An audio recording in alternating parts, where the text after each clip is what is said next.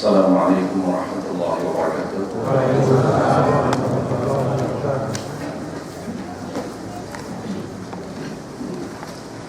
Alhamdulillah hamdan katsiran tayyiban mubarakan fi kama yuhibbu rabbuna wa yardah. Wassalatu wassalamu ala Rasulillah wa ala alihi wa sahbihi wa man tabi'ahum bi ihsanin ila yaumiddin, amma ba'd. Para jemaah sekalian yang dirahmati Allah Subhanahu wa taala, alhamdulillah kita bersyukur kepada Allah dan senantiasa memuja dan memujinya dengan hati, lisan dan fisik kita untuk selalu beramal sesuai dengan tujuan hidup di dunia, yaitu beramal ibadah, beramal dalam rangka menggapai rahmat Allah, beramal dalam rangka meraih ridha Allah. Maka amal yang dilandasi oleh asas syukur adalah amal yang mengantarkan kita kepada keridhaan Allah Subhanahu wa taala. Para jemaah sekalian yang dimuliakan Allah Subhanahu wa taala, kita akan melanjutkan kajian tafsir kita dari surat Al-Jumu'ah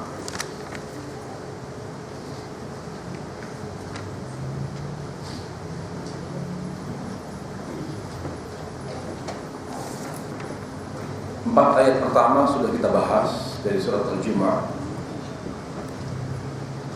Kita akan melanjutkan kembali kajian tafsir dari ayat berikutnya, yaitu ayat 5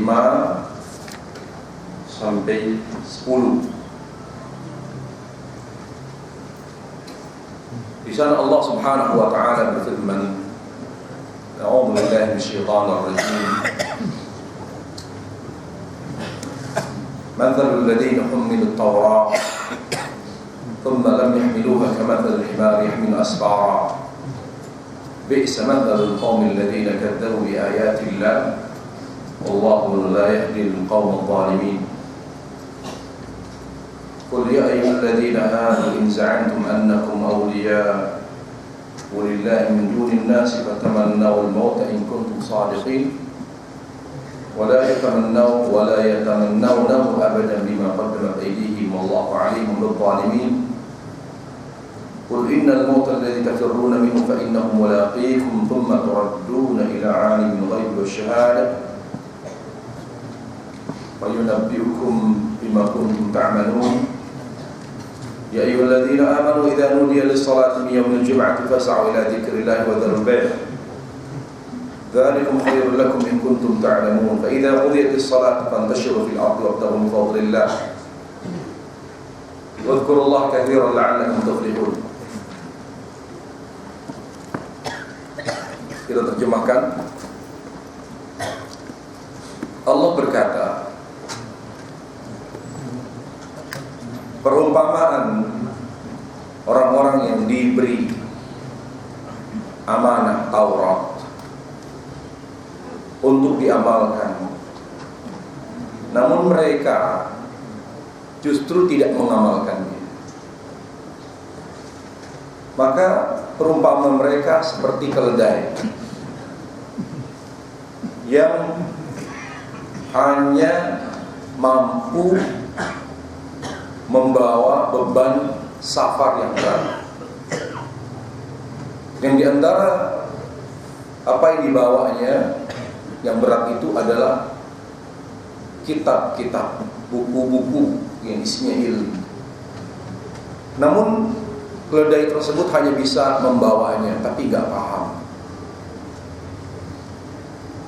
sehingga tidak bisa mengamalkannya.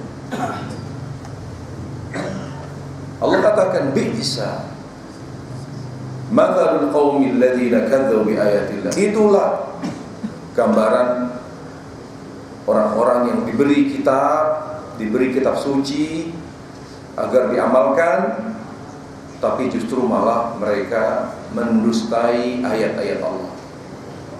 Dan Allah sungguh tidak akan pernah memberi hidayah kepada orang-orang yang zalim.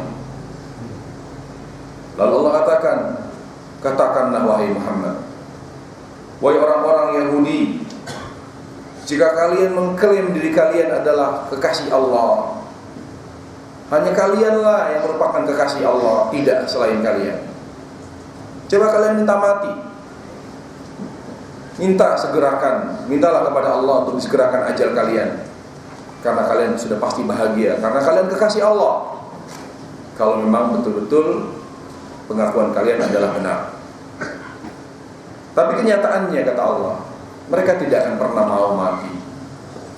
Mereka tidak akan pernah menginginkan kematian selamanya, karena mereka tahu bahwa amalan mereka akan mengantarkan mereka bukan ke surga, tapi justru ke neraka. Dan Allah lebih tahu siapa yang zalim dan siapa yang tidak zalim. Katakanlah, sungguhnya kematian yang kalian lari darinya pasti akan kalian jumpai. Kemudian kalian akan dikembalikan kepada Sang Maha, yang mengetahui yang gaib dan yang mengetahui alam nyata, dan akan mengabarkan kepada kalian semua apa yang kalian amalkan selama di dunia. Wahai orang-orang yang beriman, jika kalian diseru untuk melaksanakan salat Jumat, maka bersegeralah untuk berzikir kepada Allah. Tinggalkan jual beli. Yang demikian itu jauh lebih baik bagi kalian jika kalian mengetahuinya. Dan apabila setelah selesai melaksanakan salat Jumat, maka bertebarlah kalian di atas muka bumi dan carilah karunia Allah, sebagian dari karunia Allah, dan berzikirlah yang banyak agar kalian menjadi orang-orang yang beruntung.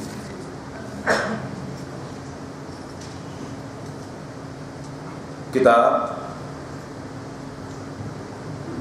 sampaikan sekarang tafsir dari ayat-ayat tersebut, yaitu penjelasan agar kita bisa mengamalkannya dan memetik faedah dari ayat-ayat yang kita bahas pada hari ini, sehingga kita bisa menambah pengetahuan, ilmu,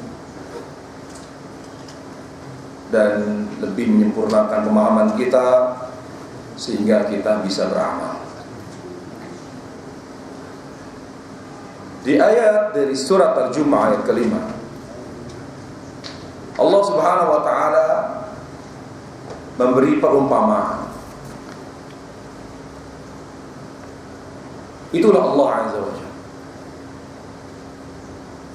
Begitu tingginya adab yang Allah ajarkan kepada kita. Allah selalu mengajarkan kepada kita adab yang tinggi, etika. Ketika ada orang salah, tidak langsung dituduh, tidak langsung disalahkan, apalagi dinasihati dengan cara yang tidak benar di muka umum. Tidak ada seorang manusia yang tidak lepas dari kesalahan dan dosa. Tapi masalahnya bukan masalah nasihat, tapi masalahnya adalah kita tidak hanya harus bisa memberi nasihat, tapi kita juga harus tahu cara memberi nasihat yang benar. Tidak semua orang yang berilmu bisa memberi nasihat dengan benar. Tidak semua orang yang mengerti bisa meluruskan kesalahan orang dengan baik dan benar. Ini penting. Makanya para ulama meletakkan ilmu khusus, yaitu fiqhun nasihat, fikih memberi nasihat yang benar. Karena jelas di sana kata Imam Syafi'i rahimahullah, misalnya beliau mengatakan, meluruskan kesalahan, memberi nasihat dengan cara yang salah, di antaranya memberi nasihat di muka umum, itu bukan meluruskan kesalahan, namanya menghina. Beliau berkata, wajannibnus an-nasihata fil jamaah, Fa inna nusha fil jama'ati naw'un min at-ta'yir. Jauhi, jangan pernah kalian menasihati orang di muka umum. Karena menasihati orang di muka umum itu sama saja menghinanya, sama saja melecehkannya. Tujuan untuk menghentikan kesalahannya itu bahkan tidak akan tercapai. Bahkan dia akan semakin gengsi, malu, bahkan bisa bertambah parah keburukannya, kesalahannya, karena ada emosi di sana. Dia tidak terima dihina. Penting para jemaah. Allah tahu orang-orang Yahudi begitu parah kesalahan mereka. Berbanyak kebenaran-kebenaran yang terdapat di Taurat, tapi mereka justru melanggarnya, menyalahinya, menyelisihinya. Tapi Allah mengatakan, "Mathalul ladzina humilut Taurat, tsumma lam yahmiluha." Perumpamaan nih kata Allah. Orang yang enggak mengamalkan ilmu yang diketahui seperti keledai. Jadi kalau menyinggung, silakan dengan cara yang betul-betul dalam, memberikan kesan yang mendalam. Singgung aja, supaya dia merasa kalau memang kesalahannya parah. Ada tingkatan-tingkatan memberi nasihat. Makanya Allah Jalla wa'ala menyuruh kita untuk mengembalikan manusia kepada Allah, mengajak manusia ke jalan yang lurus. Itu tidak dengan diskusi, tidak langsung dengan beri nasihat, tapi dengan cara hikmah. Allah katakan, "Ud'u ila sabil rabbik bil hikmah wal mau'izatil hasanah wajadilhum billati ahsan." Ajak manusia untuk kembali kepada Allah dengan hikmah. Hikmah itu apa? Di antaranya adalah kita beri contoh, nggak harus kita ngomong. Ketika kita ingin meluruskan orang, kita nggak bisa langsung ngomong, tapi bisa jadi kita ingin meluruskan orang, ingin memperbaiki orang lain, ingin mengajak orang lain kembali kepada Allah dengan amal kita. Kita memberikan keteladanan dulu. Itu di antara hikmah. Sesuai dengan kebutuhan. Hikmah itu apa? Menyesuaikan kondisi, meletakkan sesuatu pada tempatnya. Dan ulama sepakat, hikmah di sini tidak bisa diartikan dengan arti yang sempit. Artinya luas, disesuaikan dengan sikon, disesuaikan dengan kebutuhan. Bagaimana caranya agar mereka kembali kepada Allah selama tidak bersifat maksiat? Itu hikmah. Hikmah. Kesalahan orang beda-beda. Ada orang yang salah karena hilaf, tapi dengan melihat orang dekatnya melakukan contoh keteladanan, dia jadi gak enak hati. Mungkin dia langsung menyesuaikan diri dengan orang dekatnya. Ya Allah Subhanahu wa ta'ala. Yang kedua, meluruskan kesalahan orang itu perlu kesabaran. Gak bisa langsung seperti membalik telapak tangan. Tingkatan orang macam-macam. Ada orang yang sudah terbiasa dengan kesalahan. Ada orang yang sudah bertahun-tahun, puluhan tahun terbiasa dengan kebiasaan buruk dan maksiat. Gak bisa kita langsung hantam kromo. Berubah, gak berubah neraka. Gak bisa ya. Tahukah anda, Nabi saja tidak bisa merubah dalam waktu singkat, mengajak dalam waktu cepat. Paman beliau sendiri. Kenapa? Pelajaran penting yang diambil dari kisah Abu Talib adalah bahwa kalau orang itu sudah terpengaruh, sudah keburukan, sudah mendarah daging, itu kita yang memperbaikinya harus telaten, harus sabar. Siapa saja dia yang kita ingin perbaiki. Jangan mentang-mentang kita baru mengenal sunnah kemarin sudah pengen mereka harus kayak kita. Gak bisa begitu. Semua orang bisa punya ilmu, tapi tidak semua orang bisa berdakwah. Semua orang bisa memahami satu masalah, boleh rajin ngaji, tapi tidak semua bisa menasihati. Apalagi mendakwai keluarga, perlu kesabaran. Dan banyak orang gak ngerti dakwah itu berarti harus berubah. Salah. harus berubah menjadi lebih baik. Dakwah saya gagal karena istri saya begini, karena orang tua saya begini, anak saya begini. Siapa yang bilang bahwa dakwah itu harus berubah? Harus berdasarkan hasil. Ya akhi, pernahkah anda mendengar hadis Nabi SAW? Ada Nabi gak punya pengikut kecuali satu. Ada, bahkan ada Nabi tidak ada pengikutnya sama sekali. Wan nabiyyu wa laysa ma'ahu ahad. Nabi gak punya pengikut. Kurang apa Nabi? Ini dalil pelajaran bagi kita. Kalau dakwah jangan harus punya target perubahan. Kalau nggak ada perubahan, berarti saya ini gagal. Salah. Kalau kita mendakwahi keluarga, mendakwahi siapapun, tugas kita hanya menyampaikan, bukan merubah. Dan itu teguran yang Allah berikan kepada Nabi. Nabi salah paham awalnya. Beliau berpikir dakwah itu harus berubah menjadi lebih baik. Ditegur oleh Allah, "Wa ma 'alaika illal balagh. Wa ma 'alaika illal balaghul mubin." Tugas kamu ya Muhammad sekedar menyampaikan dengan jelas dan gamblang. Jelas. Kalau sudah dengan jelas mereka belum paham, dijelaskan lagi. Kalau sudah dengan jelas mereka belum mau juga berubah, sudah. Kalau seandainya dakwah itu, nasihat itu harus menghasilkan perubahan positif, berarti Allah nggak sayang sama kita. Allah itu sayang. Makanya Allah membebani kita, tidak akan pernah di atas kemampuan kita. La yukallifullahu nafsan illa wusaha. Sekarang hati orang itu bukan kita yang mengendalikan, Allah. Kemudian banyak faktor membuat hati orang itu gak mudah berubah. Kalau dipaksa semua harus berubah, gila kita, stres. Makanya seorang dai, seorang yang baik, yang ingin merubah keluarganya, jangan terlalu tinggi targetnya. Sampaikan dengan lembut, sampaikan dengan hikmah, sampaikan dengan ilmu. Selepas itu pasrah kepada Allah. Hindari terlalu ngotot, nuding-nuding langsung kamu. Sabar. Ya. Makanya di antara makna sabda Nabi sallallahu alaihi wasallam, al-barakatu ma'al akabir, keberkahan itu bersama orang yang tua. Tua secara ilmu dan umur. Kenapa? Karena yang lebih berumur biasanya lebih bijak, enggak lebih emosi. Itu.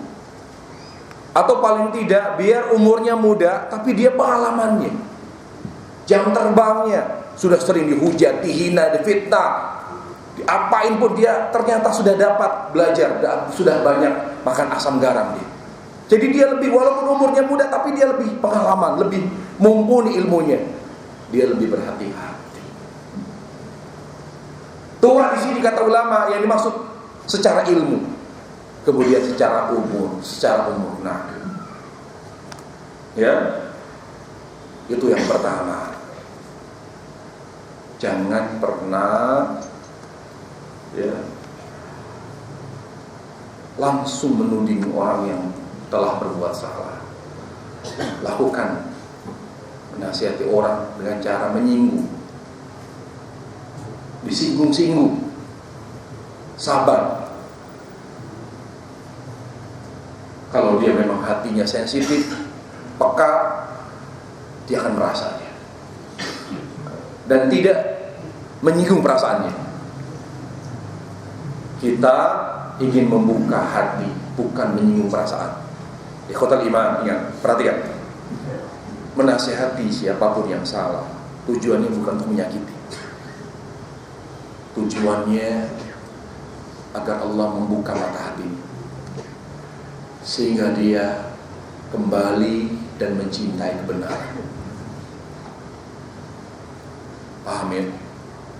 Kita memberi nasihat siapapun yang salah, bukan untuk menyakiti hati, tapi untuk membuka, agar Allah membuka mata hatinya.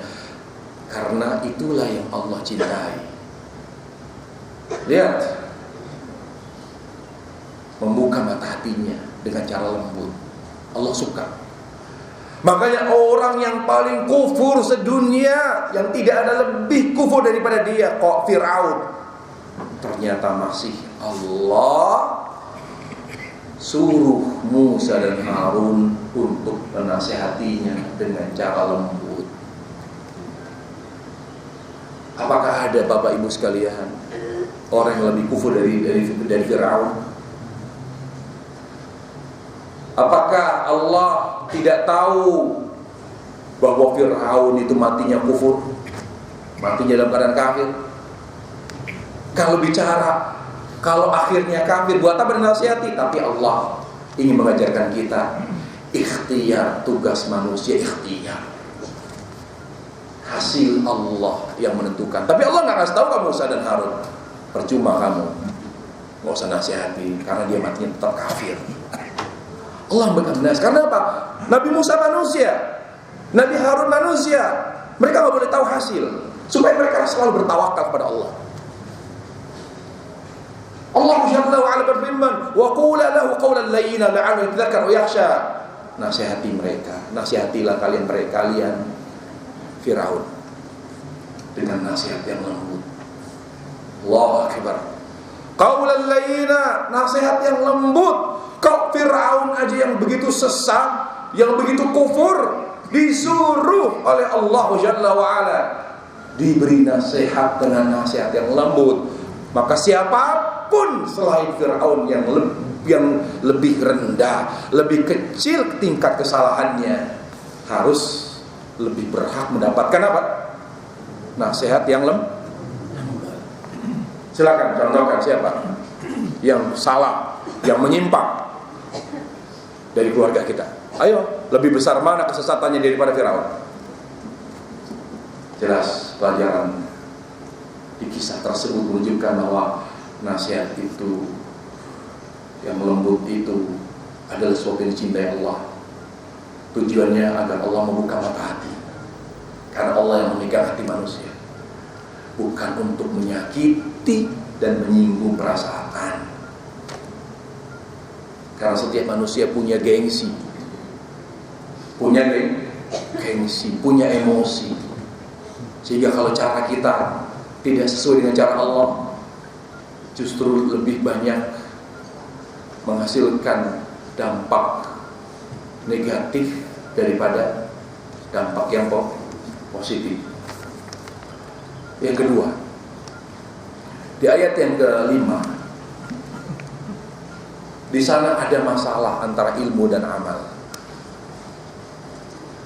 Bahwa wajib atas kita semua sebagai hamba Allah, terutama yang sudah kembali kepada Allah dengan Islam, wajib berilmu dan beramal. Sebagaimana Allah tegaskan hal tersebut dalam surat Muhammad ayat 19.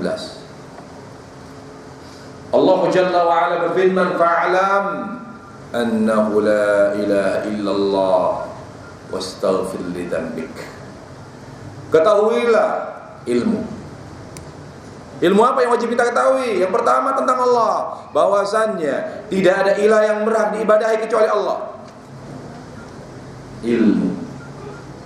Wastaghfir li dzambik, dan memohon ampunlah kalian kepada Allah atas dosa kalian. Istighfar amal. Jadi kewajiban kita yang pertama berilmu.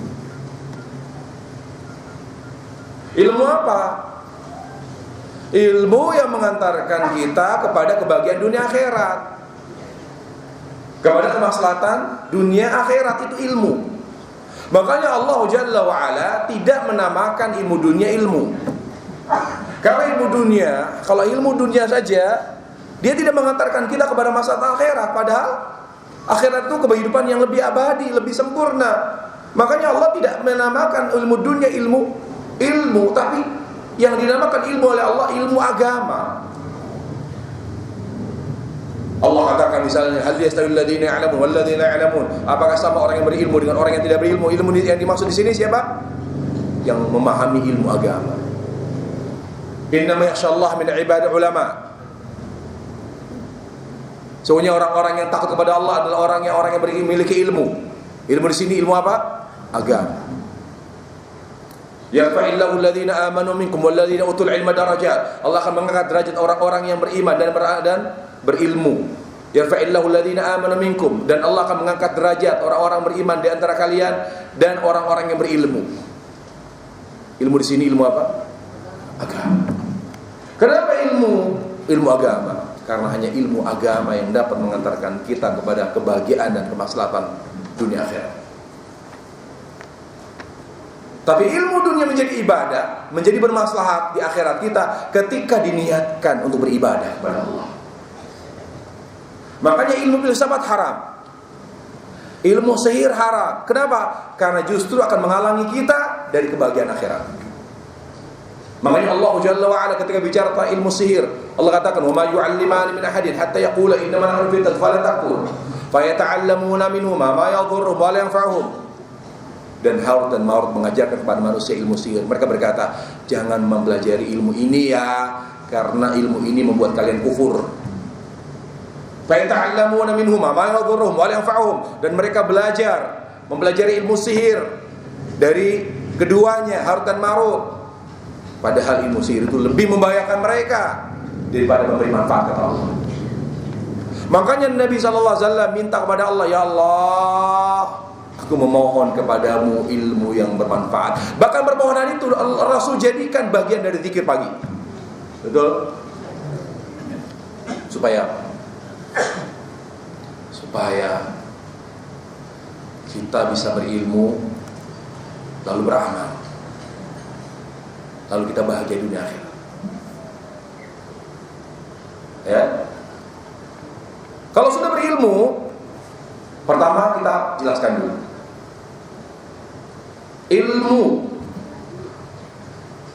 Ilmu adalah ilmu agama.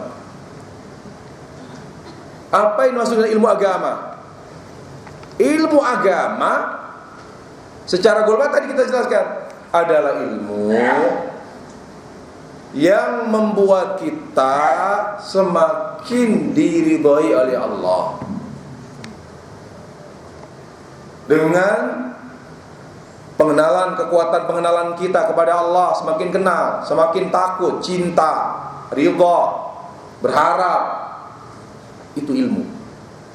Kalau ilmu yang enggak melahirkan rasa takut, ilmu yang membuat kita semakin cinta Allah, ilmu yang membuat kita hanya berharap kepada Allah, enggak bermanfaat ilmu itu. Karena Allah lihat dari diri kita apa? Hati. Jadi ilmu yang lebih memperbaiki hati kita, itu ilmu. Kalau ilmu yang membuat hati tidak lebih baik, tidak lebih bersih, tidak lebih hidup, dia bukan ilmu yang sesungguhnya. Ilmu dunia dinyatakan bermanfaat atau ibadah, itu hanya rahmat Allah saja, karena Allah sangat sayang kepada kita. Sampai bisa jadi ilmu kedokteran, ilmu tentang teknologi, ilmu tentang apa, ilmu hanya karena Allah rahmat, Allah sayang sama kita. Bonus itu. Karena kalau bicara hati kurang berpengaruh. Ilmu komputer apa mempengaruhi hati kita? Gak berpengaruh. Padahal yang Allah lihat dari diri kita apa? Yang menentukan hubungan kita dengan Allah apa? Makanya Nabi alaihissalam ketika ditanya oleh salah seorang sahabat, ya Rasulullah, apa yang membuat saya dimasukkan ke dalam surga oleh Allah? Nabi bersabda, Nabi menjawab, taqwallah wa husnul khuluq. Bertakwa kepada Allah dan berakhlak baik. Apa kata Ibnu Qayyim? Nabi yang mulia alaihissalam menjelaskan ketika ditanya apa yang membuat saya dimasukkan oleh Allah ke dalam surga, apa yang membuat saya disayang oleh Allah sehingga saya sampai ke surga Allah. Beliau menjawab, bertakwa kepada Allah dan berakhlak baik. Kata Ibnu Qayyim, perhatikan. Nabi menjawab dengan dua jawaban yang singkat dan padat. Pertama, takwa. Beliau mengatakan, Karena takwa akan memperbaiki hubunganmu dengan Allah. Sedangkan akhlak yang baik akan mempererat hubunganmu dengan manusia. Takwa hati akan memperbaiki hubunganmu dengan Allah. Sedangkan akhlak yang baik akan mempererat hubunganmu dengan manusia. Kalau kita tidak punya masalah dengan Allah, tidak punya masalah dengan manusia, lewat sirat langsung masuk surga. Surga. Apa yang maksud dengan takwa? Hati yang takwa itu takut kepada Allah, cinta Allah, hanya berharap kepada Allah, hanya bertawakal kepada Allah, hanya berinabah kepada Allah. Itu takwa. Makanya beliau mengatakan orang yang ahli ibadah, orang baik bukan orang yang rajin sholat. Karena bahkan Allah mengatakan, fawailul musallin, celaka orang yang sholat. Tapi orang yang dikatakan baik, orang yang dikatakan ahli ibadah, orang yang dikatakan soleh adalah orang yang menikmati setiap menjalankan perintah Allah dan menikmati setiap meninggalkan larangannya, serta kuat dan sabar menahan diri dari segala godaan. Itulah orang yang beribadah. Kenapa? Karena di dunia ini diuji oleh Allah. Jadi ibadah itu bukan hanya sholat, bukan hanya zakat, bukan hanya puasa. Kita ini disuruh beribadah. Ibadah di saat senang, ibadah di saat susah, ibadah di saat salah. Makanya sebagian ulama mengatakan, waktumu di dunia cuma ada 3, dan ibadahmu cuma 3. Waktumu di dunia hanya 3 macam, dan ibadahmu pun hanya 3. Yang pertama, waktu susahmu beribadahlah dengan sabar dan ridha. Waktu senangmu beribadahlah kepada Allah dengan syukur. Dan waktu salahmu beribadahlah kepada Allah tabaraka wa taala dan istighfar dan tobat. Itu pernyataan ulama. Itu ibadah. Jangan dia beribadah kepada Allah, rajin ngaji, rajin sholat, rajin macam-macam, tapi ketika menghadapi larangan dia tak kuat. Dia menunda dari taubat. Ketika diberikan nikmat dia lupa, dia sombong. Dia tidak beribadah kepada Allah.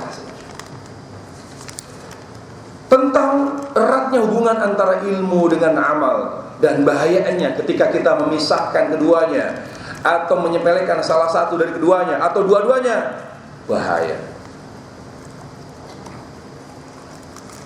Ilmu yang maksud apa yang sesuai dengan Al-Quran, sesuai dengan hadis yang sahih, dan selaras dengan pemahaman dan amalan sahabat. Itu mutlak, disepakati ulama.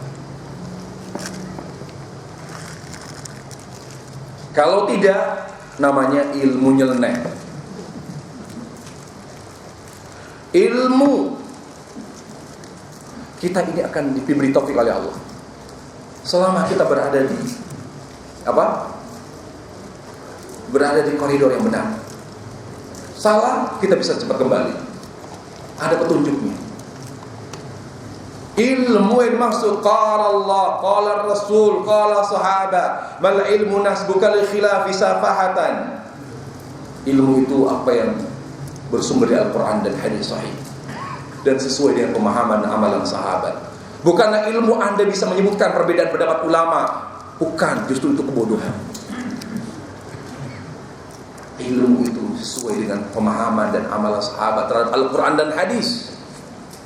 Itu baru ilmu.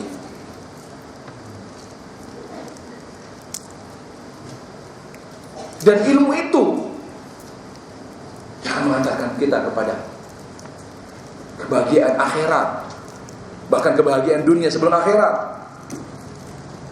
Kemudian amal, kita wajib mengamalkan ilmu yang kita ketahui. Makanya sebelum beramal, luruskan pemahaman. Pastikan ilmu yang kita tuntut, ilmu yang kita miliki, ilmu agama adalah ilmu yang sesuai Al-Quran dan hadis dan pemahaman. serta amal sahabat. Kenapa? Karena hanya ilmu yang seperti itu, ilmu agama yang seperti itu yang akan mengantarkan kita kepada ridha Allah. Dalam banyak ayat Allah selalu menyuruh kita ikuti sahabat. Allah yang nyuruh. Gak usah berdebat, gak usah berpolemik. Allah yang nyuruh kita untuk mengikuti ilmu agama sahabat, cara beragama sahabat. Allah katakan misalnya, wattabi' sabila man anaba ilaihi. Ikuti cara beragama orang-orang yang selalu kembali kepada Allah. Para ulama mengatakan yang maksud dengan orang yang selalu kembali kepada Allah sahabat. Allah berfirman, "Wa may yushaqiqir rasula min ba'di ma tabayyana huda wa yattabi' ghayra sabilil mu'minin nuwallihi ma tawalla wa nuslihi jahannam wa sa'at masira." Barang siapa yang menyelisih Rasul setelah jelas baginya petunjuk dan mengikuti jalan selain jalan orang-orang yang beriman. Siapa orang yang pertama kali beriman kepada Nabi? Sahabat. Apa kata Allah? Yang berani mengikuti jalan selain jalan orang beriman, yang pertama itu sahabat, nuwallihi ma tawalla. Terserah mau nyapa dia, kata Allah. Nuwallihi ma tawalla, terserah dia maunya apa. Wa nusli jahannam, ujungnya dia akan ke neraka jahannam. Wa sa'at masira, dan jahannam adalah seburuk-buruk tempat. Banyak dalil. Silakan lihat kitab atau buku yang dikarang oleh Syekh Salim Al-Hilali. Beliau punya buku bagus, Mengapa Kita Memilih Manhaj Salaf. Disebutkan dalil Al-Quran dan hadis Rasulullah SAW. Ya, beliau menyebutkan itu. Kemudian amal. Amal adalah follow up dari ilmu itu. Makanya bukan sembarang amal, bukan sekedar amal, tapi amal yang Allah ridhai. Amal yang Allah ridhai, yaitu amal yang ikhlas dan sesuai dengan tuntunan Nabi sallallahu alaihi wasallam. Ada faedah di sini. Para jemaah, di antara keberkahan ilmu, amal. Di antara bukti keberkahan ilmu, amal. Di antara bukti keberkahan amal, ikhlas. Perhatikan. Di antara bukti keberkahan ilmu, lahirlah amal. Makanya kata Ibnu Mas'ud, "Kama bi khasyati ilma." Orang yang takut kepada Allah itu orang yang beramal. Dan ini saya bacakan beberapa perkataan ulama salaf. Dan di antara tanda atau indikasi keberkahan amal adanya ikhlas. Jadi kalau kita ini beramal ikhlas, itu akan melahirkan ikhlas lagi terus. Kok ikhlasnya mudah ya? Berarti amal kita berkah. Sudah paham? Sudah tahu seperti ini atau belum? Perhatikan ya. Di antara tanda keberkahan ilmu adanya amal. Lahir amal. Lihat sahabat, mereka makanya apa? Mereka tanya beramal, ya Rasulullah, amal apa yang paling Allah cintai? Amal apa? Nanyanya amal loh. Bukan nanya dagang apa yang laku, bisnis apa yang bikin kita sukses. Tapi nanyanya mereka amal.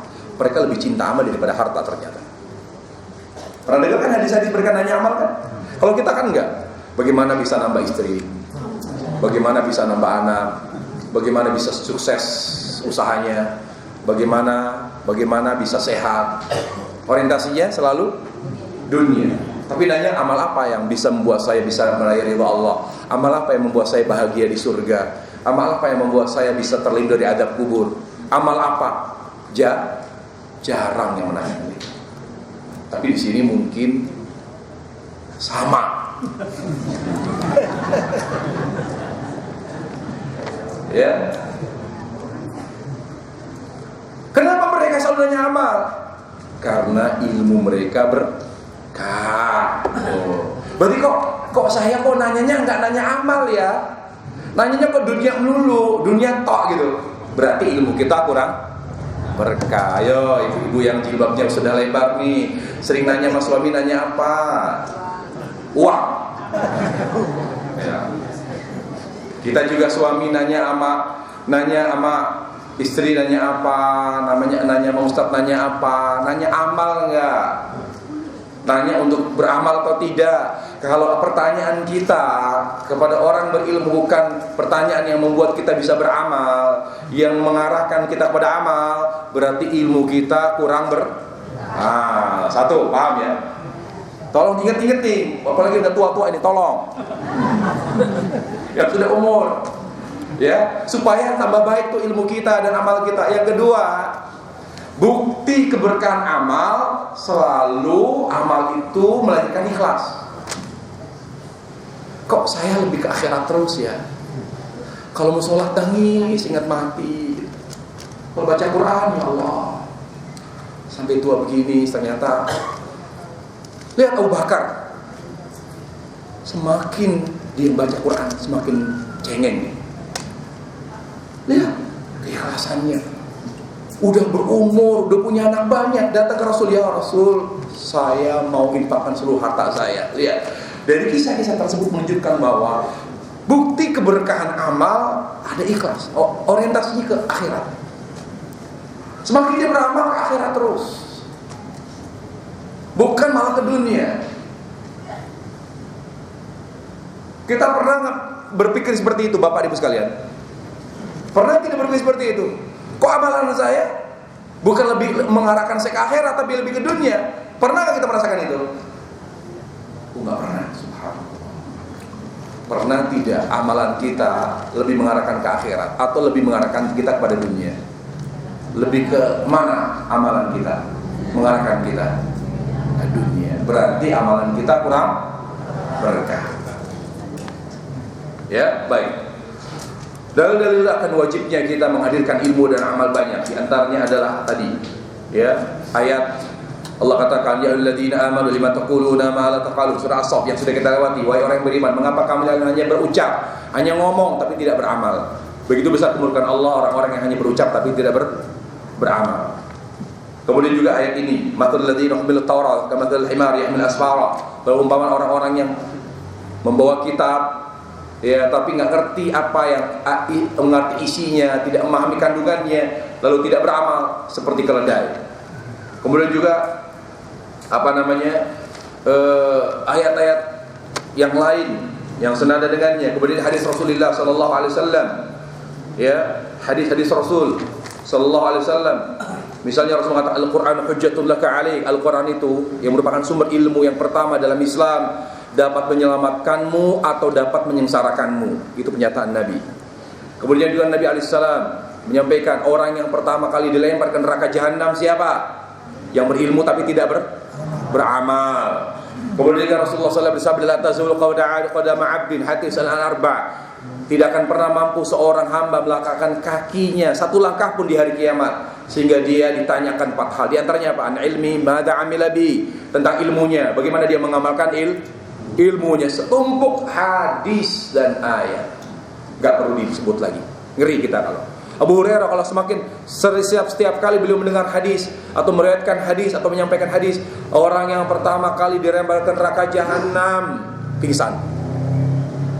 Setiap beliau ingin menyampaikan, orang yang pertama kali dilemparkan neraka jahanam pingsan, karena beliau sangat menghayati hadis itu. Kalau kita pingsan kalau gak punya duit doang, pusing bikin rumah tangga yang gonjang-ganjing, yang penuh dengan masalah dan problem, pingsan kita. Pusing, penyakit gak sembuh-sembuh, stres, gila, bunuh diri. Gak pernah kita dengar ayat langsung pingsan gitu. Baca ayat, menghayati, nangis, pingsan. Pernah gak kita? Berarti hati kita apa? Hati kita lembut. Hati kita berarti sudah sakit, mengidap penyakit cinta dunia. Coba kita lihat aja diri kita, bagaimana kita menikmati amal, susah. Ya, perhatikan coba perkataan para ulama tentang eratnya hubungan antara ilmu dan amal. Misalnya para jemaah Allah Subhanahu wa taala, amal itu salah satu cara menjaga ilmu. semua yang kita ketahui daripada ilmu agama yang benar ini, cara menjaganya dengan mengamalkannya. Kalau tidak diamalkan akan hilang dia. Makanya kata Ali bin Abi Thalib dan juga yang senada dengannya Ibnu Munkadir radhiyallahu anhu rahimahullah, beliau mengatakan hatabal ilmu bil amal fa inna jaba illa irtahal. Ilmu itu harus dijaga dengan amal. Kalau tidak dijaga dengan amal, dia akan pergi. Jaga ilmu kita dengan amal. Ya. Kemudian misalnya Ibnu Mas'ud berkata, "Law anna ahli ilm sanul ilm wa wada'u an ahli la sadu ahli zamani walakin badu ahli dunya liyanalu bihi min dunyahum bahanu alaihim." Ibnu Mas'ud berkata, kalau seandainya orang yang berilmu itu betul-betul menjaga ilmunya dan meletakkannya pada tempatnya, mereka akan menguasai dunia, kata beliau. Jika seandainya mereka menjaga ilmu agama yang benar ini dengan baik dan meletakkannya di tempat yang benar, tidak disalahgunakan, mereka akan menguasai dunia. Tetapi mereka memberikan dunia, memberikan ilmu mereka, mengajarkan ilmu mereka untuk mendapatkan dunia, sehingga mereka dihina oleh Allah Azza wa Jalla. Berkata Ali, "Ya hamalatal ilm, i'malu bihi, fa innamal 'alimu man 'amila bima 'alim, wa wafaqa ilmuhu ilm, wa wafaqa ilmuhu ilm 'amala. Wa sayakun aqwamun yahmiluna ilma la yujawizu tahana taraqiyahum yukhalifu amalahum ilmahum wa tukhalifu sariratuhum ala niyatahum." Wahai orang-orang yang berilmu, beramalah, karena orang yang berilmu itu orang yang mengamalkan ilmunya. Ini kata Ali bin Thalib. Wahai orang-orang yang berilmu, beramalah kalian. Sesungguhnya orang yang berilmu itu adalah yang mengamalkan ilmunya, yang selaras antara ilmu dan amalnya. Nanti akan ada orang-orang yang punya ilmu, tapi ilmunya tidak pernah melampaui tenggorokannya. Artinya cuma di mulut, ngomong doang, omdo. Di mana seringkali amal mereka berbeda dengan ilmu mereka. Batin mereka bertolak belakang dengan penampilan mereka. Berarti Ali bercerita tentang kita itu. Tersinggung gak? Tersinggung? Bagus. Berkata Abu Qilabah kepada Abu Ayyub, lihat, memberi nasihat, memberi wejangan. "Idza ahdafallahu laka ilma fa ahdits lillahi ibadah. Wala takunanna innama hammuk an tuhadditha bihin nas." Subhanallah. Kalau Allah memberimu ilmu, tolong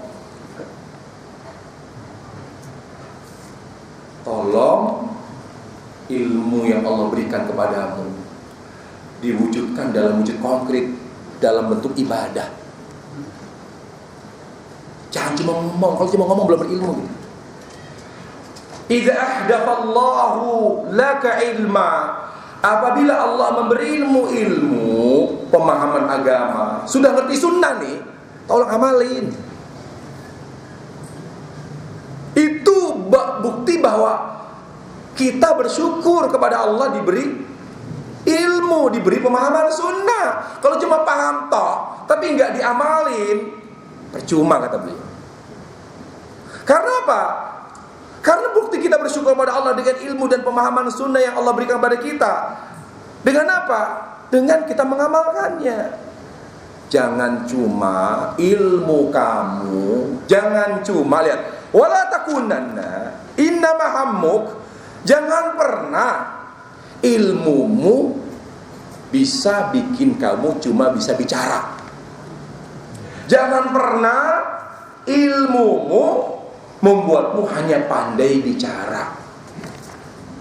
Berarti Abu Qilabah juga menyinggung kita. Tersinggung gak? Alhamdulillah. Itu tujuan saya hadir di sini hari ini. Kemudian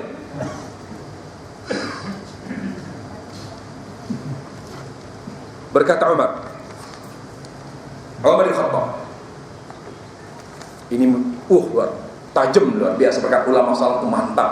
Makanya sering baca perkataan salaf, sering mengikuti bagaimana kehidupan mereka, amalan mereka. Kata Umar, la yaghrurkum man qara wa hafizal Qur'an, walakin undur man ya'mal bi. Jangan tertipu, jangan terkecoh, jangan terpedaya sama orang yang hafal Quran dan pandai membaca Quran. Ini Umar yang hafal Quran, Masya Allah, hafid fulan, al-hafid fulan. La, kata Umar, la yaghrurkum man qara hafidh Quran. Jangan pernah tertipu kamu, jangan pernah kamu terpedaya, jangan pernah kamu terkecoh oleh orang yang hafal dan bisa membaca Quran dengan baik. Alhamdulillah, benar-benar pasai benar kita, ya Allah. Nggak ada apa-apanya kita, ya Allah. Udah paham sunnah tapi bacanya masih belantang-belantang, masih berantakan. Malu. Jangan. Justru yang harus kamu perhatikan, yang menimbulkan simpati di hatimu, yang menimbulkan kesan yang luar biasa di hatimu, adalah orang yang mengamalkannya dengan benar. Allah. Walakin undur man ya'mal bi. Tetapi yang harus membuatmu sangat berkesan, Masya Allah, yang mengamalkan Al-Quran dengan benar. Jadi kalau ada mahat tahfidz Quran tapi isinya guru-guru yang gak bermakna sunnah, jangan bangga.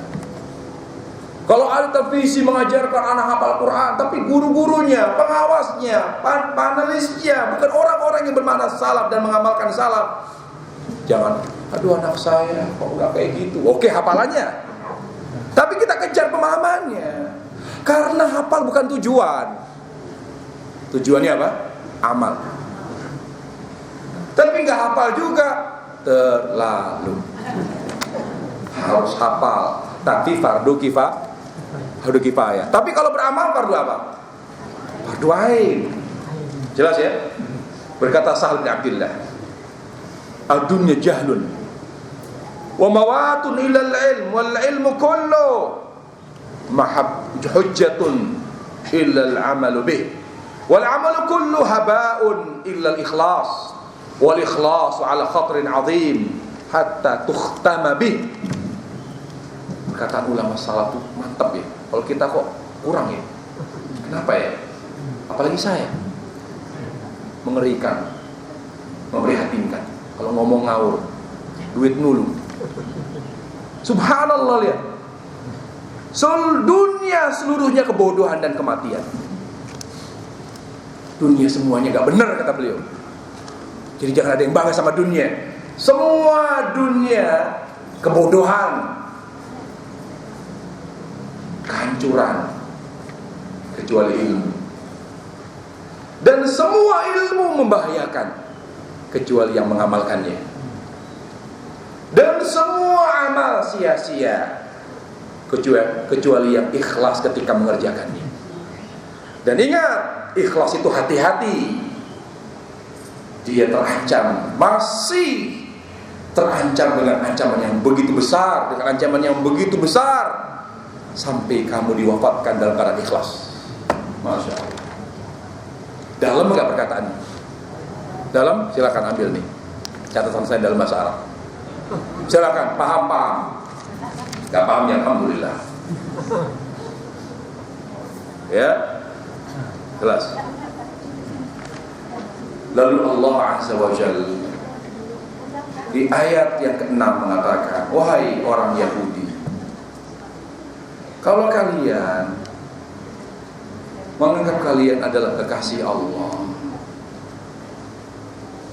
maka minta segera disegerakan ajalnya. Kan kalau sudah meninggal berarti bertemu dengan kekasihnya Allah dong. Kalau orang cinta itu kan ada rindu kan pasti. Makanya para jamaah Allah Subhanahu wa taala, kematian itu bagi orang soleh, bagi orang yang cinta Allah akan membuat dia pengen cepat ketemu Allah. Karena setiap orang yang akan meninggal, orang soleh yang meninggal, itu malaikat mengatakan, absyir, jangan takut, gak usah mikirin anak, gak usah mikirin istri, gak usah mikirin hartamu. Kamu bahagia, kamu akan diberi surga, kamu akan bertemu dengan Allah kekasihmu, diberi kabar gembira, yubasyiru, oleh malaikat yang akan mencabut nyawanya. Lalu apa? Sehingga kata Nabi SAW, mahabba liqa Allah, habba Allah liqa. Barang siapa yang rindu Allah, Allah rindu sama dia. Itu kapan semakin rindu? Ya Allah, cepat ya Allah, saya ingin ketemu Allah, saya ingin ketemu Allah. Ketika dia akan meninggal, orang yang cinta Allah ini, dikabari apa? Kau usah takut, kamu mikirin anak salah, kamu pikirin diri kamu sudah bahagia, kamu akan bahagia, kamu Masya Allah, kamu akan mengakhiri hidup kamu dengan akhir yang baik. Diberi kabar gembira yang membuat dia pengen cepat ketemu Allah. Lain dengan orang kafir, orang yang kufur kepada Allah, ditakut-takuti dia, dimaki-maki, sehingga membuat dia bankari halika Allah. Sehingga Allah Rasul mengatakan, barang siapa yang takut ketemu Allah, benci ketemu Allah, karihallah liqa'a, Allah, dia nggak mau ketemu Allah. Kenapa? Karena dia kalau ketemu Allah pasti diadab.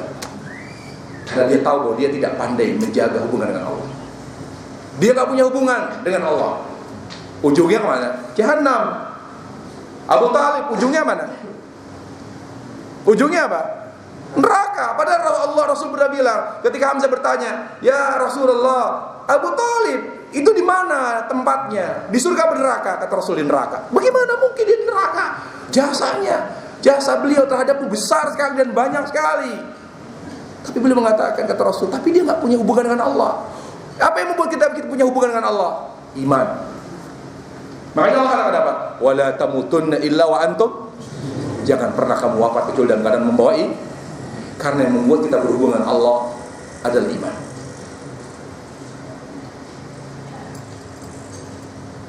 Sehingga Abu Talib hanya diringankan.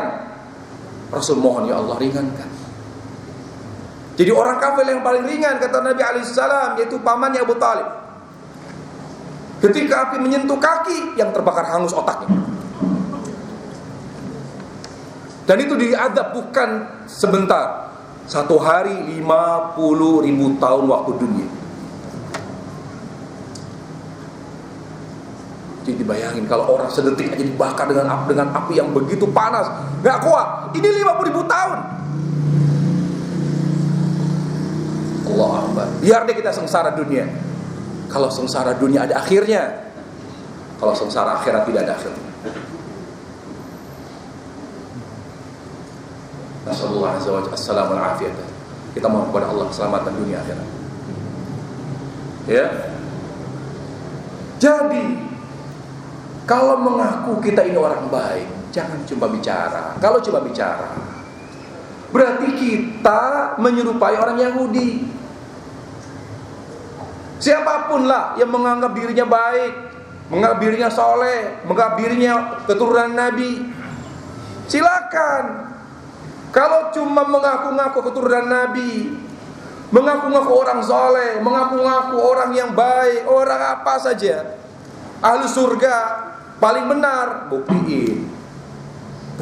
Kalau perlu minta mati segera, buktiin dengan apa? Dengan amal. Bukti cinta seorang hamba pada Allah dengan amal. Mudah amalnya apa? Amal yang ikhlas dan sesuai dengan tuntunan Nabi. Itulah bukti cinta kita kepada Allah. Tapi apa? Lihat. Wala yatabannawnahu abadan bima qaddamat aydihim. Orang yang cuma bisa ngomong, orang yang sering mensucikan diri dengan lisannya tapi tidak mensucikan dirinya dengan amalnya, maka akan semakin banyak berdusta dan berhayal. Lihat khayal mereka, pasti surga. Pasti surga mereka, berhayal. Tapi apa kata Allah? Wala yatamannahu abad. Mereka tidak akan pernah mau minta mati. Justru orang, makanya gini para jemaah, kalau makanya dari ayat ini bisa kita ambil pelajaran. Orang yang sampai saat ini takut mati, betul-betul takut mati, takut berpisah sama anak dan istri, tidak pasrah gitu. Yang idealnya kan pasrah, betul gak? Idealnya pasrah, bukan berarti kita berani mati, nggak boleh. Idealnya pasrah, ya Allah saya pasrah karena keputusanmu yang terbaik. Makanya kan ada doa Nabi, ya sallallahu alaihi wasallam, Allahumma in kanatil hayatu khairan li fahyini wa in kanatil wafatu khairan li fatawaffani. Ya Allah, jika kehidupan itu baik bagi saya, panjangkan umur kami, panjangkan umurku. Jika seandainya wafat itu baik bagiku, maka apa? Wafatkan aku segera ya Allah. Dan itu kan berarti pasrah. Berarti itu sikap yang ideal ya. Pasrah, enggak mendikte Allah. Saya dalam kematian pasrah, kapanpun siap. Tapi ya Allah bimbing aku, beri aku taufik sehingga bisa selalu beramal. Meninggal sekarang, meninggal nanti sama saja. Yang penting husnul khatimah. Mau umur panjang tapi husnul khatimah? Mau umur pendek husnul khatimah? Mau? Kalau saya panjang husnul khatimah. Itu saya. Ya. Baik. Berarti apa? Berarti orang yang terlalu takut mati, berarti amalnya selama ini perlu dikoreksi. Karena orang yang betul-betul beramal dengan baik, dengan ilmu yang benar, justru akan membuat dia semakin pasrah. Enggak takut mati, juga tidak berani mati. Makanya mereka yang membangun diri, lihat pemahamannya ngawur, amalnya juga ngawur. Apa ada sahabat yang minta mati? Ada. Berani mati enggak? Apa ada sahabat takut mati? Tidak. Kenapa mereka selalu bersikap ideal? Karena ilmu dan amalnya benar, maka dituntut. Lihat Yahudi, karena mereka cuma ngomong doang, nggak beramal dengan ilmu mereka yang benar, nggak beramal. Lihat akhirnya apa? Semakin takut tidak pasrah kepada Allah. Apa kata Allah? Wala yatamannaunahu abadan. Tidak akan pernah berani mereka minta mati. Ayo ikhwah, kita tidak tahu akhir hayat kita. Kita tidak tahu apakah kita termasuk orang yang semakin tua semakin melekat dengan harta dan dunia atau tidak. Bagaimana agar kita nanti bertambah umur kita semakin rindu Allah, semakin amal itu membuat kita semakin pasrah, nggak diganggu hati kita oleh dunia. Beramal, menuntut ilmu agama, hadiri kajian untuk beramal, terus begitu. Paham ya? Hadiri kajian untuk menambah ilmu agama, menambah pemahaman, terus beramal. Udahlah, jangan terlalu lama ributnya, jangan terlalu lama berantemnya, jangan terlalu sering ya berkonfliknya. Selesai sudah. Hidup kita untuk berilmu dan beramal. Apa kata Allah? Wal 'asri innal insana lafi khusr illa alladziina aamanu wa 'amilus shalihaati wa tawassaw bil haqqi wa tawassaw bis sabr. Demi umur manusia, sesungguhnya mereka dalam keadaan merugi kecuali mereka yang mengisi umurnya dengan ilmu dan amal saleh, dengan dakwah dan sabar untuk menjaga tiga hal tadi, ilmu, amal dan dakwah. Jelas. Semoga Allah Azza wa Jalla mengajarkan kita ilmu yang bermanfaat, membuat kita semakin terus konsisten dengan amal, dengan ilmu kita, dengan mengamalkannya, sehingga membuat kita semakin pasrah dan tawakal kepada Allah, dan kita tidak terikat dan kita tidak terlalu mencintai dunia yang akan kita tinggalkan ini. Baik. Lalu Allah katakan, "Qul innal mautal ladzi tafirruna min." Sungguhnya mati yang kalian hindari, yang kalian takuti. Kata Allah, takut mati sepintas itu wajar. Makanya Allah mengajak bicara Rasul dan sahabat, "Qul innal mauta ya Muhammad." Nah, tadi Yahudi. Lalu Allah bilang, "Nah, kamu juga Muhammad. Kamu juga, sahabatmu juga, kita juga semua. Innal mautal ladzi tafirruna min." Sungguhnya kematian yang kalian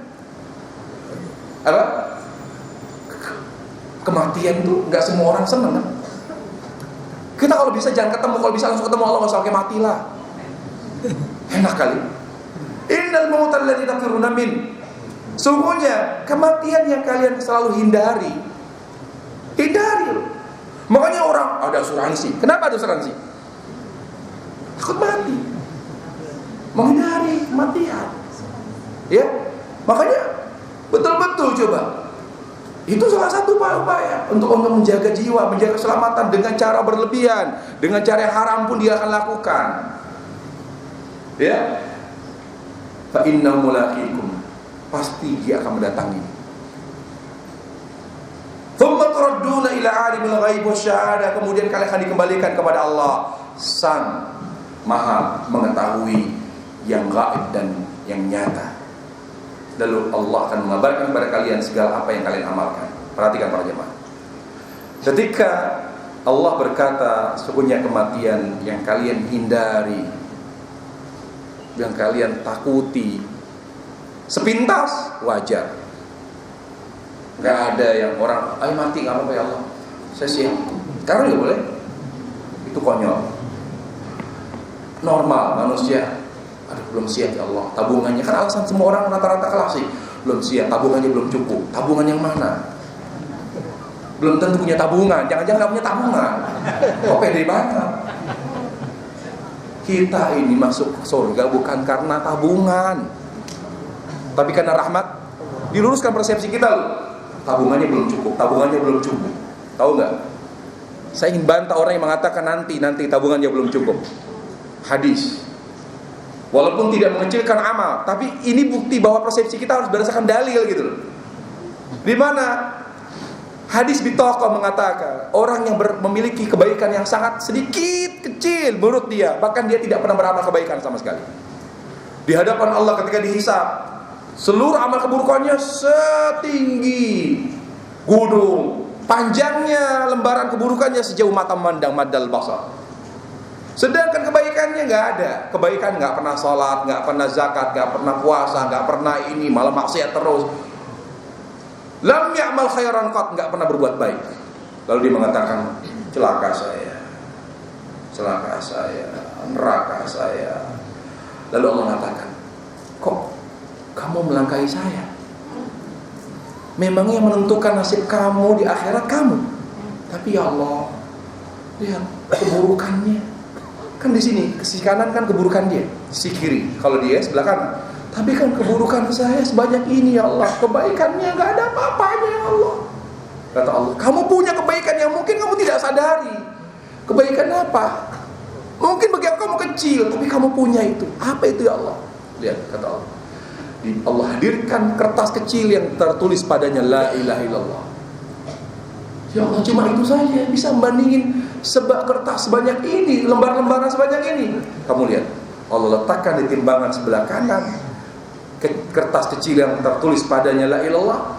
Langsung setelah ditaruh timbangan sebelah kanan, timbangan sisi kiri yang menimbang amalan buruk langsung terbang. Kalah beratnya, kalah bobotnya dibanding lembaran kecil yang tertulis padanya la ilallah. Akhirnya apa? Dia masuk surga oleh karena rahmat Allah. Berarti kita masuk surga karena rahmat Allah. Berarti kita gimana sekarang? Yang penting bagi kita, yang harus kita fokuskan adalah bagaimana kita dalam keadaan apapun kita tetap berhubungan baik dengan Allah. Susah, sabar. Itu hubungan kita dengan Allah yang baik. Senang, bersyukur. Salah, astagfirullah, Allah maafkan saya, Allah maafkan sifat. Allah maafkan. Makanya Allah nyiapin dua nama, Al-Ghafur dan Al-Ghaffar. Apa kata Ibnu Qayyim? Al-Ghafur itu akan Allah ampuni dosa kita sebanyak apapun. Al-Ghaffar beda lagi maknanya. Al-Ghaffar itu kata Ibnu Qayyim, Allah akan mengampuni dosa kita sebesar apapun. Lihat, Al-Ghafur sebanyak apapun, Al-Ghaffar sebesar apapun. Jadi kita gak ada, gak usah minder, gak usah berkecil hati, minta maaf, minta ampun kepada Allah. Ya.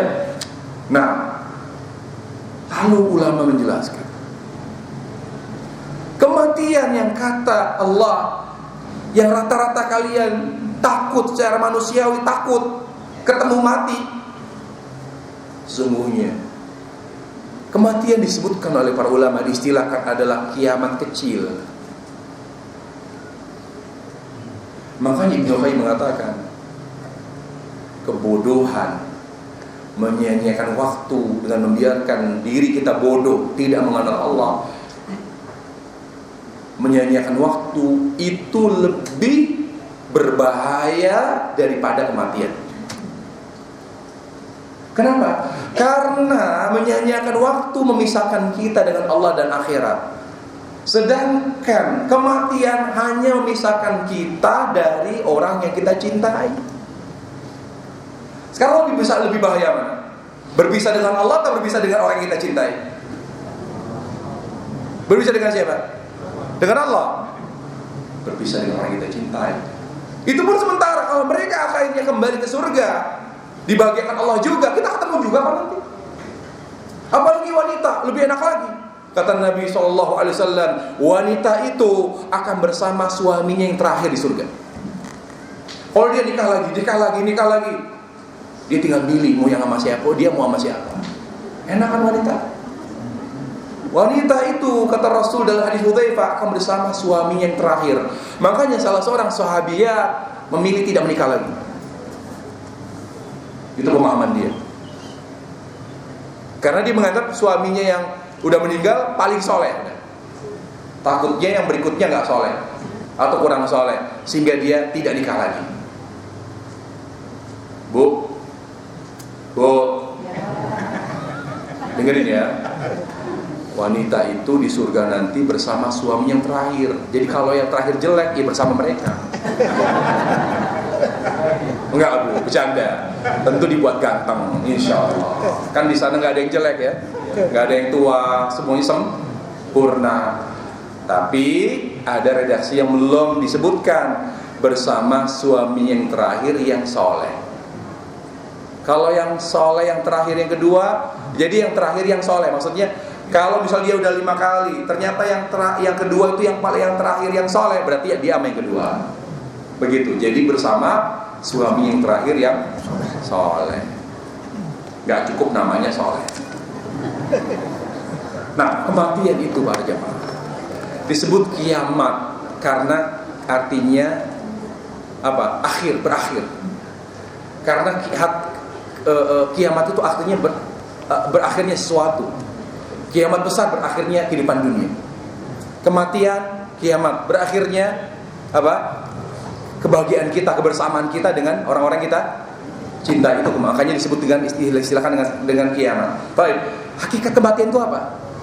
Mengapa akhirnya Allah Subhanahu wa taala di hadapan seluruh penduduk surga, penduduk neraka mengatakan, "Ya ahlal jannah, wahai penduduk surga, apakah kalian mengenal ini?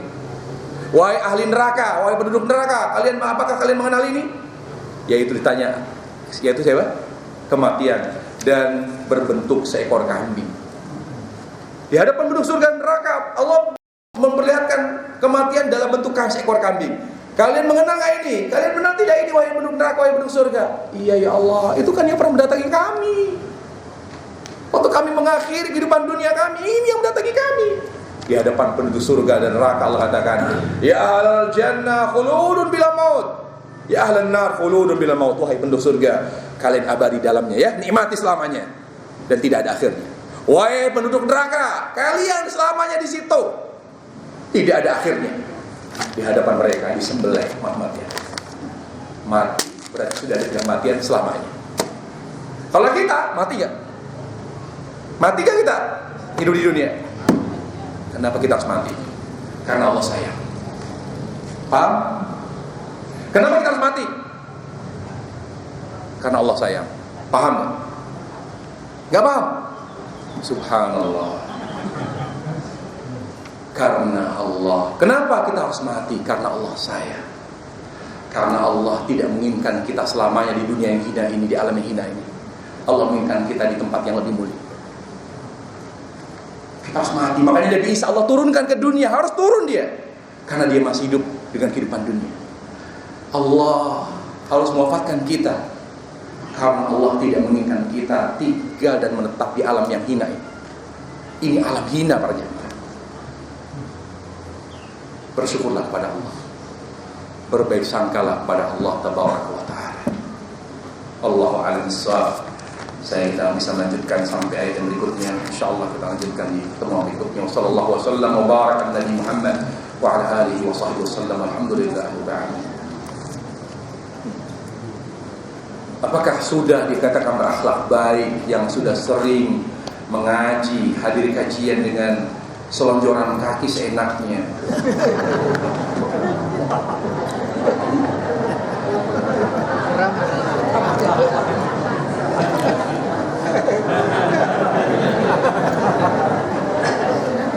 Itu selonjoran itu. Saya harus memfollow up ini keinginan ibu-ibu ya? Atau nggak tahu pertanyaan dari siapa ini? Baik. Akhlak. Pahamilah akhlak dengan baik. Akhlak itu bukan pemahamannya Allah kita, tapi akhlak itu ibadah. Jadi kita nggak boleh memahami akhlak dengan pemahaman kita, harus dengan pemahaman yang benar, karena ibadah. Akhlak itu ibadah loh. Kata Nabi SAW, wa inna sahibul khulq yablugu derajat as-shaim al-qaim. Sesungguhnya orang yang berakhlak baik akan menyamai derajat orang yang banyak salat dan banyak puasa sunnah. Berarti akhlak itu apa? Ibadah. Kok buktinya bisa menyamai orang yang banyak salat dan puasa sunnah? Kemudian apa lagi kata Nabi SAW? Akmalul mu'minina imana ahasinukum akhlak. Orang yang paling sempurna imannya adalah orang yang paling baik akhlak. Siapakah orang yang bersama Rasul dan dekat dengan Rasul di hari kiamat kelak di akhirat? Yang baik akhlaknya. Banyak dalil menunjukkan bahwa akhlak itu adalah ibadah. Jadi nggak boleh kita memahami akhlak baik itu menurut kita. Ya. Yang kedua, pahami akhlak dengan benar. Aisyah ditanya tentang akhlak Rasul, kata Aisyah, kana khuluquhul Quran. Akhlak Rasul adalah Al-Quran. Apa maknanya? Artinya akhlak itu, ya, akhlak itu kekuatan di dalam hati, yang mana kekuatan itu membuat seorang mengagungkan segala apa yang berasal dari Allah. Selalu dianggap penting dan besar yang datang dari Allah Azza wa Jalla. Walaupun menurut manusia sepele, tapi dia besar. Makanya penjelasan para ulama maknanya adalah bahwa Nabi begitu mengagungkan, menganggap penting semua yang datang dari Allah, sehingga beliaulah yang pertama kali mengamalkan perintah, walaupun perintahnya tidak begitu besar tekanannya. Dan beliaulah yang pertama kali meninggalkan larangan Allah, walaupun larangannya tidak begitu besar penekanannya, tapi tetap Rasul yang pertama kali mengamalkannya, Rasul yang pertama kali mengamalkan perintah Allah. Jadi akhlak itu, orang yang berakhlak adalah orang yang selalu menganggap penting, menganggap besar semua yang datang dari Allah, menghormati Allah dengan baik. Itu orang yang berakhlak. Nah, lebih spesifik ketika dipisahkan antara akhlak dengan, atau disatukan akhlak dengan takwa. Nah, berarti akhlak di sini lebih spesifik, yaitu yang berkaitan dengan manusia. Kalau tidak dikaitkan dengan hubungan manusia, berarti semua yang datang dari Allah, baik itu akidah, ibadah, muamalat, ketika dia selalu mengagungkan, menganggap besar semua yang datang dari Allah, itulah akhlak. Makanya ibadah itu apa? Pengagungan. Ibadah itu cinta dan takut kepada Allah. Kalau kita satukan antara takwa dan akhlak, berarti akhlak itu apa? Akhlak itu menganggap besar sesuatu yang datang dari Allah yang dapat merusak hubungan dengan manusia. Itu akhlak. Menganggap besar, tolong dicatat dan dipahami para jamaah. Jadi jangan nanya lagi, termasuk selonjoran lagi nih. Jadi akhlak itu menganggap besar sesuatu yang datang dari Allah, atau segala sesuatu yang datang dari Allah yang berkaitan dengan hal-hal yang merusak hubungan kita dengan manusia. Itu besar. Makanya kalau kata Allah, wa qadara rabbuka alla ta'budu illa iyyahu wa bil walidayni ihsana. Allah merintahkan untuk tidak beribadah kecuali hanya kepada Allah, dan berbakti kepada orang tua. Oh, orang tua berbakti Allah, baik. Sami'na wa ata'na. Ketika Rasul menyampaikan, la amartu ahada yasjuda li ahadil amartu, Imra'atan tasjudu li zawjiha li a'dhami haqqiha 'alayha. Kalau aku boleh perintahkan orang untuk sujud kepada orang lain, aku perintahkan istri sujud kepada suami. Karena begitu besar hak suami atas istri. Oh, berarti surga saya suami. Baik ya Allah. Kenapa kita menganggap besar suami? Harus nurut, harus betul-betul menghormati suami. Dan menurut dan patuh sama suami selama tidak maksiat. Kenapa kita harus mengagungkan suami? Karena Allah yang merintahkan. Tapi kan jelek suami saya, Ustaz. Tapi kan pelit. Tapi kan suami yang gimana dulu? Nah, ini yang gak paham akhlak berarti. Bu, emang ada dalilnya. Kalau kita menghormati suami yang baik saja, kita boleh menghormati suami yang soleh saja. Kalau gak soleh gak boleh kita hormati. Ada dalilnya? Gak ada.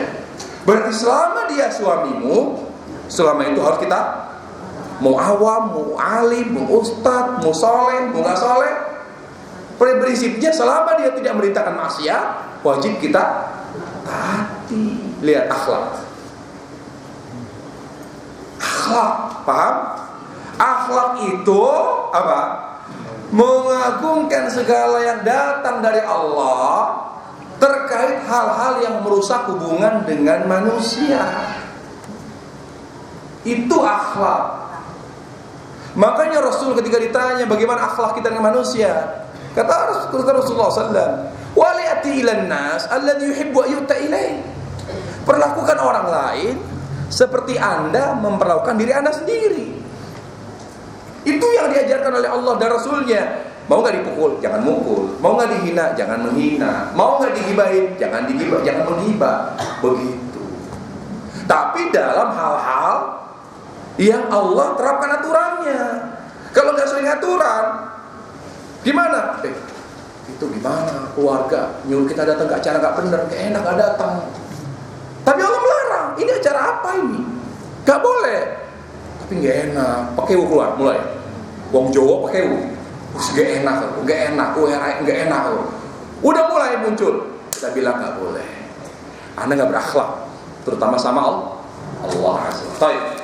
Kemudian yang berikutnya, Ustaz, kalau sholat sampai ayat 9 lupa, apakah langsung ganti surat? Ayat sampai 9 kali lupa, 9 kali lupa, 9 kali. Ya, kalau memang lupa berkali-kali gak bisa hadir juga dan gak ada yang mengingatkan.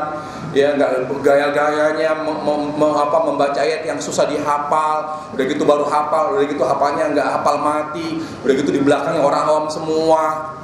Ya sudah, kesalahan, berarti tinggal ganti. Bisa jadi dia mungkin karena grogi, jadi dia hafal betul tapi grogi jadi lupa.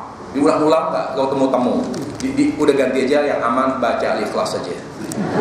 Saya dengar bahwa setelah sholat asar dan subuh tidak perlu membaca zikir. Baik, ini penjelasan yang harus dijelaskan. Ini masa yang harus dijelaskan. Baik, terakhir saya membahas tentang atau bedah buku zikir saya. Saya menyatakan waktu itu manusia tidak mutlak selalu benar. Apalagi saya yang lebih banyak bodohnya daripada tahunya. Ya, itu pasti. Tidak diragukan lagi. Saya masih belajar. Hasil penelitian saya pada saat itu, bahwa orang yang telah selesai sholat asar dan subuh cukup berzikir pagi dan petang. Karena zikir pagi dan petang banyak. Kalau ditambah lagi zikir setelah sholat fardu, tambah berat. Dan saya tidak menemukan, dan waktu itu saya belum mengalami atau mendapatkan hal-hal yang membuat saya berubah. Itu hasil penelitian. Para ulama banyak yang rujuk. Qaddarallah, Allah beri kemudahan saya mengunjungi kota Rasulullah alaihissalam. Saya ingin memastikan apakah hasil penelitian saya itu benar atau salah.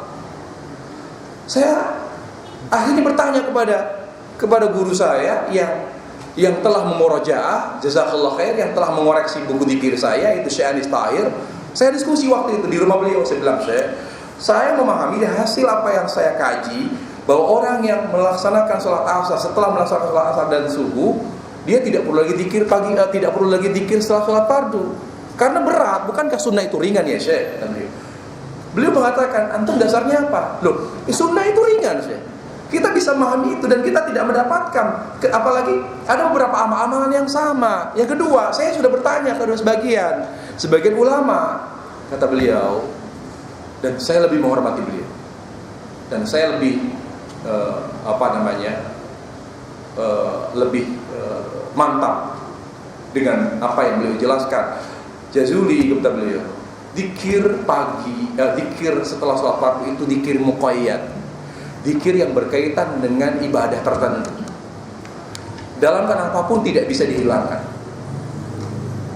Termasuk zikir pagi, zikir setelah sholat subuh, dan zikir setelah sholat asar. Zikir setelah sholat fardu tetap dibaca. Oh gitu Syekh. Iya, karena dia zikir muqayyad. Hanya saja bisa diakalin. Pada bacaan yang sama, nggak perlu diulang lagi. Misalnya ayat kursi, ya udah diniatkan apa? Niat zikir setelah sholat fardu sekaligus zikir pagi dan petang, misalnya gitu. Al-Ikhlas kalau di zikir setelah fardu 1 kali, di zikir pagi 3 kali, maka bacanya 3 kali. Niatkan 1, ya, yang pertama untuk zikir setelah fardu, kemudian yang pertama lagi dan kedua dan ketiga niatkan baca zikir apa? Zikir pagi atau petang. Begitu. Karena dia bukan zikir yang berdiri sendiri. Allah Akbar. Begini nikmatnya dekat sama ulama. Luar biasa. Terima kasih Syekh. Hormat saya. Siap, rujuk saya. Makanya saya nyatakan, silahkan berzikir lagi. Tapi tidak perlu lagi diulang lagi. Jadi ayat kursi, baca ayat kursi, Allahu la ilaha illa huwal hayyul qayyum. Maka setelah kita berzikir pagi, setelah itu jangan lagi baca ayat kursi. 1 langsung sekaligus. Gitu. Jelas ya? La ilaha illallah wahdahu la syarika lahu. Nah, 1 sekaligus. Bisa 10, niatkan. Setelah tasbih tadi ada 10 la ilaha illallah. Ada la ilaha lagi, bisa dijadiin 1. Jadi gak perlu diperbanyak. Jadi disingkat-singkat aja. Begitu jalan tengahnya. Itulah pencerahan yang saya dapat dari guru saya. Jazakallah khair. Dan insya Allah cetakan yang ke-6 akan ada kata pengantarnya. Saya bilang Syekh kasih kata pengantar. Karena kebanyakan orang yang di sana, saya bilang ngaku-ngaku doang katanya. Wah Jazuli ngaku-ngaku doang, dikoreksi sama ulama Madinah. Oh gitu. Baik Jazuli, sini buku yang dibaca. Saya Syekh Anis Tahir menyatakan bahwa zikir ini adalah zikir yang sahih, zikir yang bagus, patut dibaca, bahkan dipuji-puji. Saya bilang nggak usah dipuji-puji, saya udah ganteng, saya bilang segituin. Oh enggak, saya bercanda. Saya bilang Syekh ini tolong, karena apa? Karena buku saya banyak meragukan gitu. Siapa saya gitu loh. Karena di sana ada buku zikir yang sudah familiar, yang sudah mengakar gitu loh bagi kaum muslimin. Saya bilang baik, tulis sama dia, periksa terus catat sama dia 1 lembar khusus memberikan kata pengantar. Ya, jadi insya Allah catatan ke-6 ada kata pengantarnya dari Syekh Anis Tahir dan nanti saya akan terjemahkan. Jadi tapi cetakan ke-5 sudah bagus, tidak ada koreksi karena katanya dari Jam' Abu Salam mengkritisi. Oh buku zikirnya yang ayatnya nggak sesuai dengan tulisan di Al-Quran. Oh sekarang lihat udah bagus. Sudah persis kayak Al-Quran semua sudah. Cuma yang ke-5 nggak ada kata pengantarnya. Tapi sama aja lah. Yang penting kan isinya kan, bukan kata pengantarnya. Baik. Itu yang saya ingin sampaikan. Karena ini amanah, saya nggak berani. Saya dengar setelah selesai sudah 1 ini saja. Ustaz, setelah salat witir 1 rakaat apakah duduk iftirash? Sebentar atau tawarruk. Salat witir 1 rakaat. Kaidah mengatakan berdasarkan dalil-dalil yang ada, kalau salatnya di bawah 2 rakaat cukup iftirash. Tapi yang salatnya di atas 2 rakaat baik itu sunnah maupun fardu, maka duduknya tawarruk diri. Jelas? Subuh saya tanya. Duduk terakhirnya iftirash atau tawarruk? Kenapa iftirash? Karena 2 rakaat. Karena kita mengacu kepada ya. Dan insya Allah di buku saya yang ketiga adalah panduan doa dan wirid, termasuk saya akan bahas tentang menganeka-ragamkan amalan. Syekhul Islam dalam beberapa tahun menyebut tanawu fil masyru', yaitu apa? Ketika Rasul pernah misalnya duduk iftirash, pernah duduk tawarruk, mana yang lebih sering? Gitu loh. Kalau kita ingin mengikuti Nabi alaihissalam, ikutilah secara total. Ketika Rasul lebih sering iftirash. Beliau tidak sering tawarruk terus.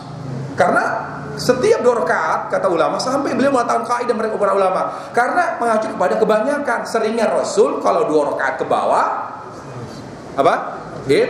Tiras. Seringnya Rasul kalau 2 rakaat ke atas tawarruk, begitu, dan disebutkan juga Ibnu Qayyim dalam Zadul Ma'ad. Wallahu ta'ala alam, wa sallallahu wa sallam wa baraka ala Muhammad wa ala alihi wa sahbihi wasallam. Subhanallah bihamdik, asyhadu an la ilaha illa anta, astaghfiruka wa atubu ilaik. Assalamualaikum warahmatullahi wabarakatuh. Waalaikumsalam.